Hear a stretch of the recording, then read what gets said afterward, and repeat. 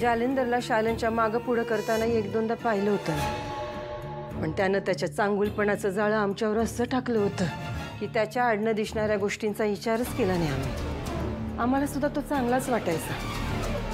शालन पण वयात आली होती, आम्ही दोघी आधीपासूनच एक जीवानं राहायचो, तरी सुद्धा मला अंदाजच आला नाही त्यांचा। बिचारी शालन त्याच्या खोट्या चांगुलपणाला बळी पडली अन त्या बहुरुपयावर भाळली।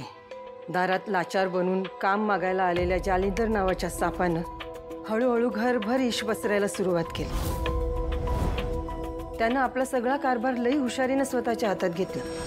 त्याच्यावर संशय घ्यायला जरा बी जागा नव्हती, त्यामुळे मी बी समती जबाबदारी एक एक करत त्याच्या हातात दिली।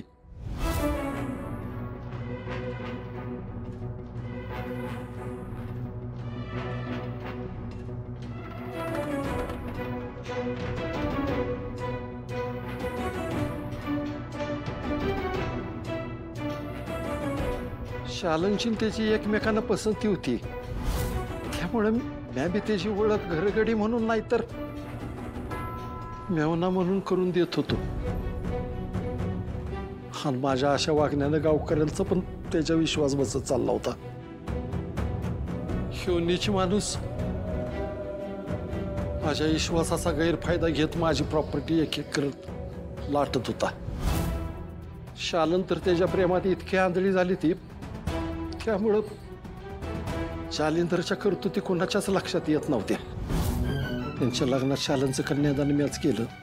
जालिंदरने बी मला वचन दिलं होतं शालनला चुकात ठेवीन म्हणून। भनीसाठी लई जीव तुटायचा माझा, म्हणून तिचं एक बी सबूत खाली पडू दिला नाही। त्याच्या आयुष्याची वाताहत नको म्हणून घरासाठी जमीन 1.25 लाख रुपये मी लगेच त्याच्या हातावर ठेवलं। म्हटलं हात तरी त्यांचा संसार सुखाचा होईल।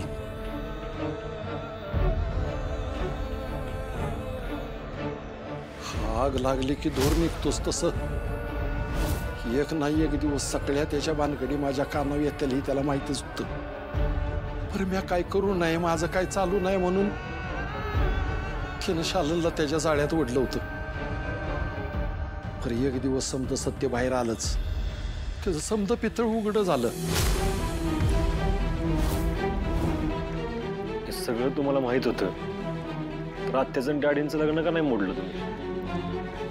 अरे प्रेमात आंधळ झालेल्या जीवाला काय कळतं सूर्या? यांनी त्यावेळेला लग्न मोडलं असतं तर शालनला हे तिचे दुश्मन वाटलं असतं।